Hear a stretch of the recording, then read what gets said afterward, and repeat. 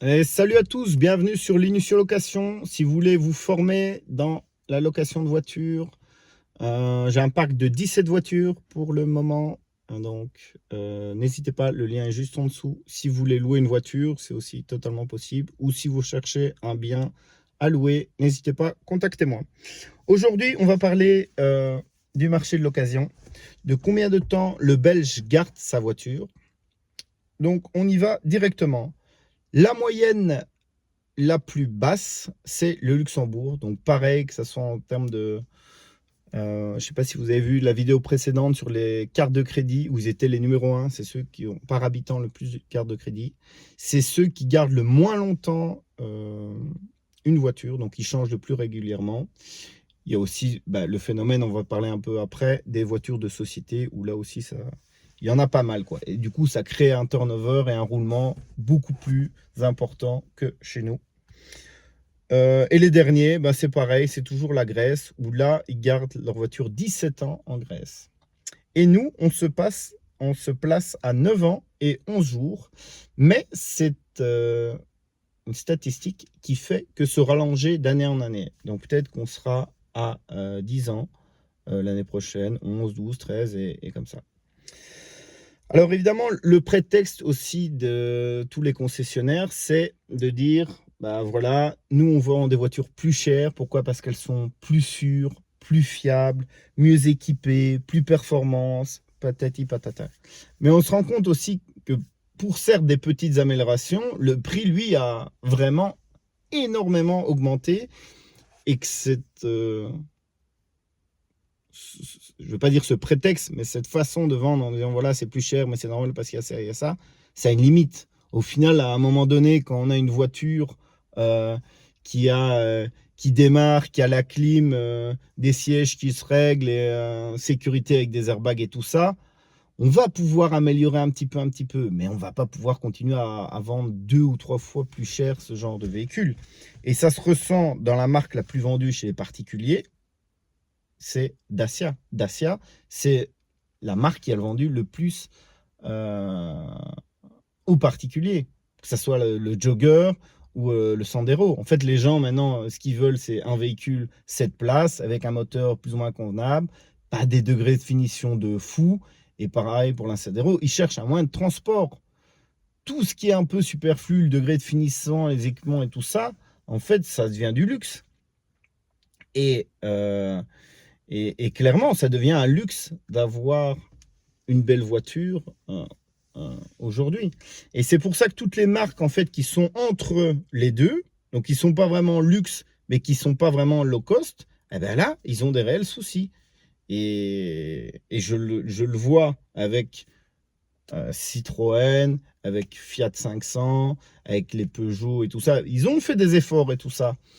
Mais pour l'avenir, donc je dis pas que je rachèterai plus aucun de ces véhicules, mais au final, je me demande si moi, toute ma flotte, j'achèterai plus que chez Dacia du low cost parce que les gens veulent un moyen de transport. En tout cas, dans mon secteur d'activité, dans ma gamme de prix.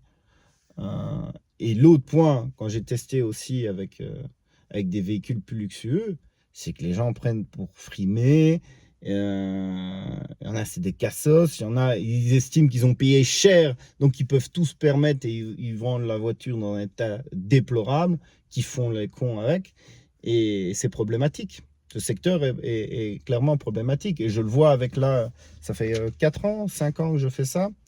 Je le remarque. Alors encore une fois, je ne dis pas que c'est pas un bon plan et qu'on ne peut pas faire de l'argent avec, mais il faut les avoir bien accrochés, hein. Ça, clairement. L'autre point aussi par rapport aux voitures neuves vendues, c'est que 2 tiers en fait des voitures neuves, ce sont des voitures de société. Donc c'est-à-dire chez les concessionnaires, ce sont des sociétés qui vont acheter. Et il y a de moins en moins de particuliers qui vont dans une société, et encore plus dans des marques comme, je sais pas moi, BM, Audi et tout ça, un peu le premium, hein. Là, clairement, un particulier qui va pour une voiture neuve, c'est très très rare. Parce que les mensualités, quand on va là, on se rend compte que, ah ouais, en fait, ça va me coûter, je sais pas moi, 600. on va dire oui, mais il y a des trucs, des formules à 450, 500, bon, il y a des crédits ballons et tout ça, et c'est ça que ça embrouille aussi l'esprit, hein. Mais genre, tu vas pour un crédit classique, je sais pas, une voiture à 40 000 euros, eh ben, va faire la mensualité sur 4 ans ou 5 ans, tu vas voir combien ça va te donner, hein. Et alors, il y a les entretiens aussi derrière, et les taxes et tout ça. Donc, les gens s'en rendent compte, hein, et c'est pour ça que moi, je pense que ça va tendre. Je dis pas que c'est bien, c'est voulu, c'est pas voulu, mais c'est une réalité. Parce que les gens possèdent moins de voitures, les particuliers en tout cas, et ils louent comme ça, plic-ploc, pour juste des déplacements. Parce que le service des transports en commun, que ce soit les bus, que ce soit les trains et tout ça, je suis désolé, hein, mais ça fonctionne plus. Donc du coup, les gens ont besoin de ça et ça va se développer. Donc voilà, et alors il y a aussi un dernier point sur lequel j'aimerais bien parler, et puis j'en ai terminé avec cette vidéo, c'est le flou fiscal. Et qu'est-ce qui se passe pour les voitures électriques, les zones basse émission et tout ça. C'est que les gens ont du mal à se projeter. Un coup on dit il y a l'avantage, puis l'avantage il change, puis il y a là on peut aller avec tel véhicule à Bruxelles jusqu'à telle date, puis il y a Euro 5, Euro 7. Et c'est compliqué de se projeter. Bon, j'avais quelques statistiques de nouveau sur StatBel, donc le truc du gouvernement. C'est qu'il y a deux courbes qui se sont croisées. Donc la courbe du diesel, je ne sais pas c'était en quelle année. Ouais, je crois qu'il n'y a pas si longtemps que ça en fait, hein. En 2014, il y avait plus de diesel que d'essence. Et en fait, la courbe, elle s'est croisée comme ça. Et maintenant, il y a plus d'essence que de diesel sur le marché. En privé, il y a quand même encore, en 2023, il y avait 2 600 000 voitures privées essence. Mais la plupart des voitures neuves, on était à 334 000 voitures neuves essence.